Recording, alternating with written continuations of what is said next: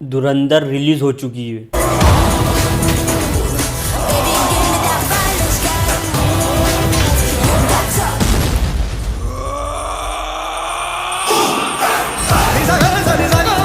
जिसमें रणबीर कपूर ने 50 करोड़ रुपए, अक्षय खन्ना ने 2.5 करोड़ रुपए, संजय दत्त ने 10 करोड़ रुपए, आर माधवन ने 9 करोड़ रुपए, अर्जुन रामपाल ने 1 करोड़ रुपए और फिल्म की एक्ट्रेस सारा अर्जुन को 1 करोड़ रुपए दिए गए। गेस करो मैं किस चीज़ की बात कर रहा हूँ? इन एक्ट्रेस की फीस के बारे में, जिन्होंने धुरंधर मूवी को बनाने में कम से कम 75 करोड़ रुपए लिए। जहां एक तरफ बॉलीवुड में मुंह मांगे पैसे मिल रहे हैं, क्योंकि भाई यूँ मानो एक्ट्रेस को कम से कम 100 में से 30% तो एक्ट्रेसों को फीस में ही दे रहे हैं। और बॉलीवुड में कुछ ऐसी मूवीज़ भी है जिन्होंने बहुत ही ज़्यादा पैसे लिए, जैसे कि धुरंधर मूवी। ये मूवी बनी थी तो 250 करोड़ में, लेकिन 75 करोड़ सिर्फ इन एक्ट्रेस को ही दिए गए थे। और जिसमें से तो गल्फ कंट्रीज ने इस मूवी को रिलीज करने से ही मना कर दिया था, क्योंकि ये मूवी एंटी पाकिस्तान है, इसलिए पाकिस्तान ने इस मूवी को अपने देश में तो रिलीज होने ही नहीं दिया। और साथ ही इन देशों में भी धुरंधर मूवी को रिलीज नहीं होने दिया, जिसमें से Bahrain, Kuwait, Oman, Qatar, Saudi Arabia, UAE, इन देशों में धुरंधर मूवी को रिलीज ही नहीं होने दिया। यहाँ तक कि धुरंधर मूवी पर बैन भी लगा दिया, क्योंकि पाकिस्तान का इन 7 देशों में बहुत ही अच्छा कनेक्शन है, जिसकी वजह से पाकिस्तान ने इस मूवी को वहाँ पर भी रिलीज नहीं होने दिया। पर धुरंधर ने ग्लोबली 530 करोड़ रुपए कमा लिए। लेकिन बॉलीवुड में कुछ ऐसी मूवीज भी है जिनके एक्ट्रेस को बहुत ही कम पैसे दिए गए थे, मतलब उन फिल्म का बजट बहुत ही कम था, फिर भी उन मूवीज ने धुरंधर से ज़्यादा पैसे कमाए। जिसमें 2025 की एक मूवी है जिसके एक्टर को मात्र 3 से तो 5 करोड़ रुपए मिले थे, लेकिन उस मूवी ने पैसे बहुत ही कमाए। पर यह मूवी कौन सी है? सैयारा। इस मूवी के डायरेक्टर ने इस मूवी के एक्टर आहान पांडे को कितने रुपए दिए? 3 से तो 5 करोड़ रुपए। लेकिन इस मूवी को वाईआरएफ से बनवा रहा था, जिसके लिए आहान पांडे को मात्र 3 से तो 5 करोड़ रुपए दिए गए। और इस मूवी के एक्ट्रेस को भी इतने ही मिले, जिसमें से यूँ मानो कि इस मूवी के डायरेक्टर को 6 से तो 8 करोड़ रुपए दिए गए। वैसे तो वाईआरएफ फिल्म प्रोडक्शन इतने पैसे किसी को नहीं देता, पर मोहित सूरी ने एक से एक हिट मूवी बनाई है, इसलिए उनको इतने कम पैसे दिए गए। पर सैयारा मूवी कितने करोड़ में बनी? 40 से 50 करोड़ रुपए में। और मूवी ने पैसे कितने कमाए? 500 करोड़ रुपए। एक और बार रिपीट कर देता हूँ, 500 करोड़। और इतने ज़्यादा पैसे इस मूवी ने सारी दुनिया में कमाए हैं। और इस मूवी में लगे थे कितने? मात्र 50 करोड़ रुपए। यूँ मानो इस मूवी ने कम से कम 10 गुना ज़्यादा पैसे कमाए हैं। कोई सी भी मूवी बहुत ही ज़्यादा करोड़ों रुपए कमा सकती है, अगर जो उस मूवी की स्टोरी में दम हो तो। जबकि सैयारा मूवी में भी कोई इतना बड़ा एक्टर नहीं था, फिर भी मूवी हिट हुई। जैसे कि तारे ज़मीन मूवी को देख लो, जो बनी थी तो 80 करोड़ में और कमाए कितने? 237 करोड़। और वैसे ही ओ माय गॉड मूवी को देख लो, जो बनी थी 20 करोड़ में, कमाए कितने? 150 करोड़। और इस लिस्ट में एक मूवी और है जिसमें लगे थे तो 17 करोड़, और उस मूवी ने कितने कमाए? गेस करो। 228 करोड़। और ये मूवी 2007 में आई थी। ये मूवी थी धमाल, जिसने बॉक्स ऑफिस पर ताबड़तोड़ कमाई करी। पर बॉलीवुड में कुछ ऐसी मूवीज भी है जिनमें एक्टर्स ने पैसे तो बहुत लिए, पर वो मूवी यूँ मानो बॉक्स ऑफिस पर बहुत ही खतरनाक तरीके से पीट गई। जैसे कि यह है बॉम्बे वॉलमेट, जो बनी थी 118 करोड़ में, लेकिन इस मूवी ने वर्ल्ड वाइड कलेक्शन कितना किया? मात्र 43 करोड़ रुपए, जो कि बॉलीवुड की सबसे फ्लॉप फिल्मों में से एक है, जिसमें एक्ट्रेस तो बहुत ही बड़े थे। पर फिर भी मूवी के डायरेक्टर ने कहा कि मूवी बनने तो वाली थी 28 करोड़ में, पर कब मूवी में 120 करोड़ रुपए लग गए उनको पता ही नहीं चला, जिसकी वजह से इस मूवी ने वर्ल्ड वाइड में मात्र 43 करोड़ रुपए कमाए। और फिर इसके डायरेक्टर अनुराग कश्यप ने कहा कि इस मूवी के इतने बड़े होने का उन्होंने रीज़न दिया कि मूवी में बजट में वृद्धि हुई और अनुराग कश्यप की बताई गई लोकेशन पर मूवी को शूट नहीं किया गया, और जबकि मूवी को श्रीलंका में शूट किया गया और मूवी के सेट से बनाने पड़े, और लोगों में इस मूवी की ईमानदारी कम हो गई। और उन्होंने साथ में ये भी कहा कि स्टार कितने ही बड़े हो, पर वो मूवी को सुपर हिट करने की गारंटी नहीं देते हैं। अब इस मूवी में एक्टर्स तो बहुत बड़े थे, जैसे कि रणबीर कपूर, करण जौहर, अनुष्का शर्मा, विक्की कौशल, ऐसे बहुत बड़े एक्टर्स थे इस मूवी में। लेकिन ये मूवी फ्लॉप इसलिए हुई क्योंकि ये मूवी बहुत ही ज़्यादा बजट में बनी थी और कहानी पर नियंत्रण खो देने, जिसकी वजह से ये मूवी इसलिए फ्लॉप हो गई। लेकिन एक एक्टर और है जो एक मूवी को बनाने में 30 दिनों का चैलेंज करते हैं। मतलब वो एक्टर ऐसा है कि मात्र 30 दिनों में ही वो एक्टर एक मूवी को कंप्लीट कर देता है। अब बोलो ये कौन है?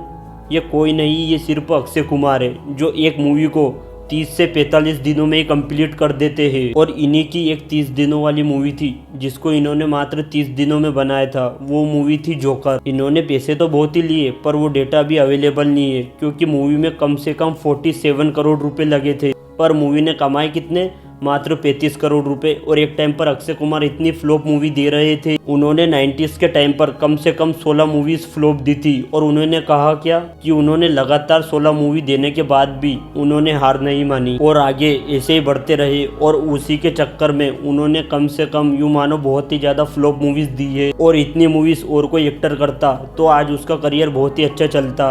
पर डायरेक्टर में एक कॉमन चीज देखी गई है कि जितना बड़ा स्टार उतना ही मूवी को हिट होने का चांस रहेगा। लेकिन ये कौन से एक्टर है भाई जो मात्र 30 से 45 दिनों में ही मूवी को रेडी कर दे रहा है? ये और कोई नहीं, ये अक्षय कुमार ही है, जिन्होंने इंटरव्यू में बोल बोल के कर दिया कि मैं 40 से 45 दिन में फिल्म पूरी कर देता हूँ। क्या कहना चाहूँगा भाई, मेरी फिल्में खत्म हो जाती, मैं क्या करूँ? अब आप ही बोलो कि भाई ऐसी मूवीज अगर जो हिट होने लग गई जो 30 से 45 दिनों में बनाई है, इतनी मेहनत फिर एस राजामौली जी क्यों ही करेंगे, जिन्होंने बाहुबली को ही बनाने में कम से कम 3 साल दिए थे। जिसके बाद उन्होंने एक मूवी और हिट दी है जिसको हम RRR के नाम से जानते हैं, जिसको एस राजामौली जी को बनाने में 4 साल लग गए थे। और इतनी देर में तो यूँ मानो अक्षय कुमार कम से कम 20 मूवी निपटा देते। मतलब आपको मूवीज भी देंगे और आप उन मूवीज को 30 से या 45 दिनों में कंप्लीट कर दोगे।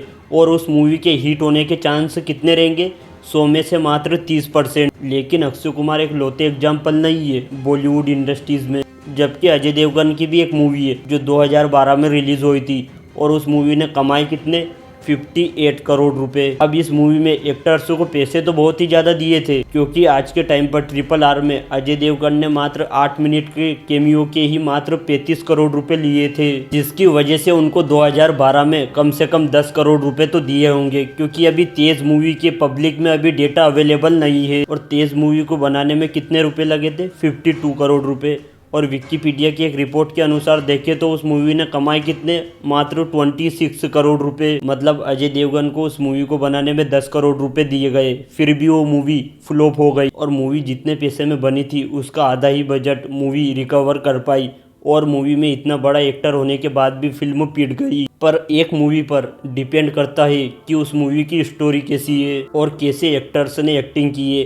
कई उन एक्टर्स ने ओवर एक्टिंग तो नहीं की है। जैसे कि बॉलीवुड में एक एग्जांपल बताता हूँ जिसमें सबसे ज़्यादा ओवर एक्टिंग का नाम आता है, वो एक्टर है टाइगर श्रॉफ। ये हमेशा ही एक्टिंग करने की कोशिश करते हैं पर इनसे हमेशा ही ओवर एक्टिंग हो जाती है। इसलिए जिस मूवी में सबसे ज़्यादा ओवर एक्टिंग हुई है वो मूवी बॉक्स ऑफिस पर कभी भी पिट सकती है, जिसकी वजह से प्रोड्यूसर और डायरेक्टर को बहुत ही ज़्यादा नुकसान झेलना पड़ता है। क्योंकि इन पर एक फिल्म टिकी होती है कि ये फिल्मों को फ्लॉप करवाएंगे या हिट करवाएंगे। पर कई बार इनकी भी गलती नहीं होती, क्योंकि बहुत बार एक्टर्स ही ओवर एक्टिंग कर देते हैं या मूवी की स्टोरी में ही दम नहीं है, तो मूवी इसलिए भी पिट सकती है बॉक्स ऑफिस पर। लेकिन ये एक्टर्स पैसे तो बहुत ही ज़्यादा लेते हैं, पर इनको एक डर और होता है कि कहीं मूवी फ्लॉप नहीं हो जाए। वहीं अगर जो सल्लू भाई की मूवी को देखे तो सल्लू भाई ने भी एक मूवी 2025 में एक बहुत ही ज़्यादा फ्लॉप दी है, क्योंकि सलमान खान की एक मूवी आई थी 2025 में जिसका नाम था सिकंदर। इस मूवी में 200 करोड़ रुपए लगे थे, लेकिन अधिकतम जगह इस मूवी में 200 करोड़ रुपए ही बताया गया। और ये फिल्म अपने बजट के हिसाब से भी ठीक ठाक परफॉर्मेंस नहीं कर पाई। अब जबकि इस मूवी में इतने बड़े स्टार थे जिनके हमारी सारी बॉलीवुड इंडस्ट्रीज कांपती है, फिर भी मूवी फ्लॉप हो गई। अगर जो विकिपीडिया की एक रिपोर्ट के हिसाब से देखे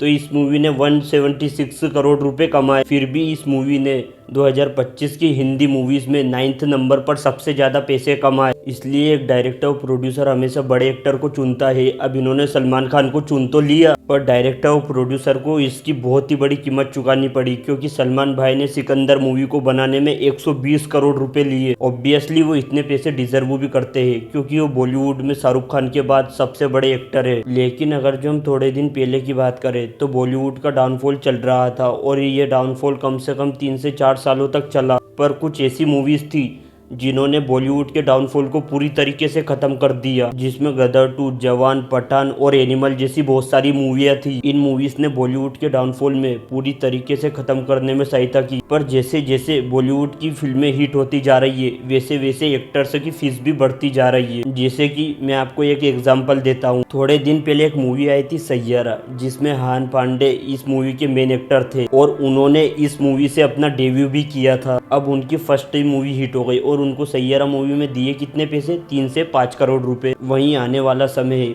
उसमें आन पांडे कम से कम 10 करोड़ रुपए से ज़्यादा लेंगे, क्योंकि उनकी सैयारा मूवी ने कम से कम 500 करोड़ रुपए से ज़्यादा कमाई। इसलिए उनकी अब बॉलीवुड में वैल्यू बढ़ चुकी है। इसलिए उनकी जो आने वाली मूवीज है, उनमें वो कितना भी पैसा चार्ज कर सकते हैं, क्योंकि उनकी अब एक बहुत ही अच्छी ब्रांड वैल्यू बन चुकी है। और इसी के दम पर ही बॉलीवुड में बहुत सारी मूवी हिट होती है, क्योंकि उस एक्टर ने ऑडियंस के मन में अपनी एक इमेज सेट कर ली है। इसलिए जो इंसान पहले उस मूवी को पसंद नहीं करता था, वो इंसान अब पहले जाएगा, क्योंकि उसको पता है इसमें उसका फेवरेट एक्टर है। इससे ही तो बड़े बड़े डायरेक्टर और प्रोड्यूसर बहुत ही ज्यादा फायदा उठाते हैं। अब बॉलीवुड सिर्फ एक एंटरटेनमेंट नहीं है, ये एक मल्टीप्लाई करोड़ इंडस्ट्रीज है। यहाँ हर एक मूवी बिजनेस का प्रोजेक्ट होती है। इनके प्रोड्यूसर पैसे इन्वेस्ट करता है, डिस्ट्रीब्यूटर पैसे लगाता है, थिएटर्स ओनर्स स्क्रीन देते हैं और ऑडियंस टिकट खरीदती है। और इस पूरी चेन का एक सेंटर होता है। एक्टर्स के नाम पर ही प्रोजेक्ट ग्रीन लाइट होता है। इसलिए एक्टर्स की बहुत ही ज़्यादा वैल्यू होती है, क्योंकि बॉलीवुड में स्टार सिस्टम बहुत ही स्ट्रॉन्ग है। लोग फिल्मों में पहले एक्टर को देखते हैं, स्टोरी बाद में, डायरेक्टर बाद में, और ये फिल्मों में कौन सा एक्टर है वो लोगों के लिए फर्स्ट चॉइस होती है। अगर जो उस मूवी में बड़ा एक्टर है तो ऑडियंस अपने आप ही इंटरेस्ट होती है उस मूवी को देखने में। इसलिए इंटरेस्ट की कीमत होती है, एक्टर्स की फीस बढ़ जाती है। लेकिन थिएटर में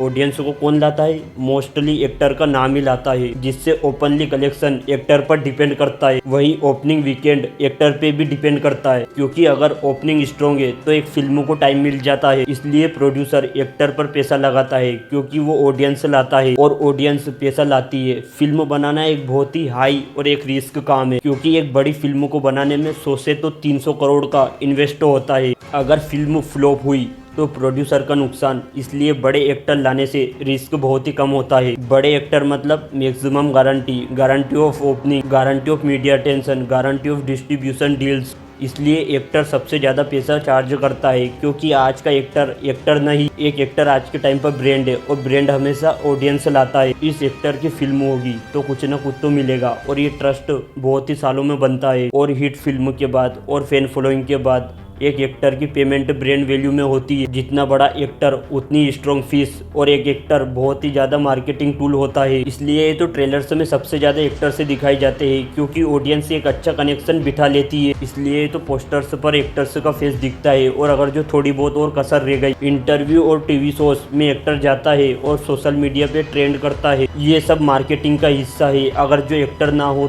तो मार्केटिंग का खर्चा डबल हो जाता है। इसलिए तो एक्टर्स को सबसे ज़्यादा पैसे मिलते हैं, क्योंकि एक एक्टर अपने पीछे बहुत ही चीज़ों को मैनेज करके चलता है और डिस्ट्रीब्यूटर्स उनके नाम पर ही डील्स करते हैं, जिससे सैटेलाइट्स और राइट्स एक्टर देखकर बिकते हैं। और इसके बाद OTT प्लेटफॉर्म्स एक्टर्स की पॉपुलैरिटी चेक करते हैं और म्यूजिक कंपनी भी स्टार्स वैल्यू देखता है, और जिसके बाद एक एक्टर पर इंटरनेशनल मार्केट भी डिपेंड करती है। और ये बहुत ही ज़्यादा पैसे आते हैं। ये किसकी वजह से आते हैं? ये सिर्फ एक्टर्स की वजह से आते हैं। इसलिए एक्टर्स को भी पैसा मिलता है। बिजनेस लॉजिक साफ है, जहाँ पैसा आता है वहाँ पैसा जाता है। जबकि बॉलीवुड में सुपरस्टार्स की बहुत ही ज़्यादा डिमांड है, पर सप्लाई बहुत ही कम। हर प्रोडक्शन को टॉप एक्टर चाहिए और सबको एक ही सेम एक्टर चाहिए। इस कंपटीशन में फीस बढ़ जाती है। ये मार्केट का एक नॉर्मल रूल है, जिससे हाई डिमांड लो सप्लाई, जिसकी वजह से रिजल्ट हाई फीस। फिर एक्टर अपनी यूथ इन्वेस्ट करता है, क्योंकि फिजिकल फिटनेस मेंटेन करते और फिर इसके बाद अपनी इमेज को बिल्ड करते। अगर फिल्म फ्लॉप हुई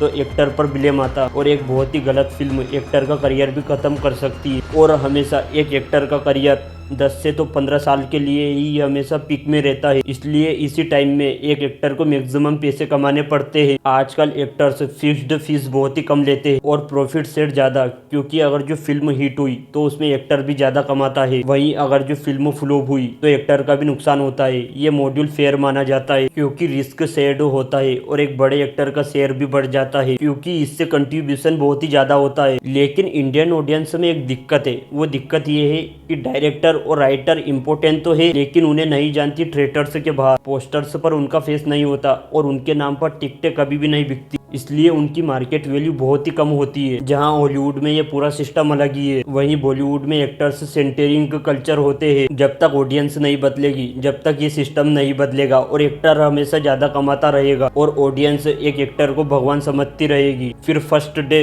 फर्स्ट शो के लिए लाइन लगती और सुपरस्टार के लिए ऑडियंस हमेशा स्टोरी इग्नोर करती और इसी बिहेवियर का फायदा इंडस्ट्रीज उठाती। अगर जो ऑडियंस कनेक्टेड को प्राइवेटी दे तो पैसा भी वहां शिफ्ट होगा। अभी फोकस स्टार्स पर है ऑडियंस का, इसलिए स्टार्स को पैसा मिलता क्योंकि स्टार्स ने ऑडियंस बनाई है और वही ऑडियंस एक एक्टर को बदल सकती है, क्योंकि हमेशा एक एक्टर ज्यादा पैसा नहीं लेता, इसलिए टॉप 1% सबसे ज्यादा पैसे लेते हैं और बाकी एक्टर्स तो सिर्फ काम करना चाहते हैं और फीस बहुत ही कम लेते हैं। और कई बार मीडिया हाई फीस दिखाता है जबकि अलग पिक्चर तो कुछ और ही होती है। इंडस्ट्रीज बहुत ही अनइवन, थोड़े लोग बहुत ही ज्यादा पैसे कमाते हैं और बहुत ही ज्यादा लोग कम पैसे कमाते हैं। अब एक्टर्स इतने पैसे क्यों लेते हैं? क्योंकि वो ऑडियंस को लाते हैं और रिस्क बहुत ही कम करते हैं, इसीलिए एक एक्टर बहुत ही कम पैसे लेता है और वो बिजनेस को भी बहुत ही ज्यादा सिक्योर करते हैं और एक फिल्म को ब्रांड बनाते हैं और मार्केटिंग का लोड उठाते हैं, जिसके बाद इंडस्ट्रीज का सेंटर होता है। ये एक इमोशनल नहीं, ये एक प्योरली बिजनेस गेम है। अगर आपको लगता है कि ये सिस्टम गलत है तो ऑडियंस को बदलना होगा और भी ज्यादा फिल्मों को सपोर्ट करना होगा, सिर्फ स्टार को नहीं, और हमको फीस को बैलेंस करना होगा, वरना एक्टर्स ही हमेशा किंग रहेंगे और पैसा भी वही लेंगे। कमेंट में नीचे बताइए, क्या एक्टर्स इतनी फीस डिजर्व करते हैं?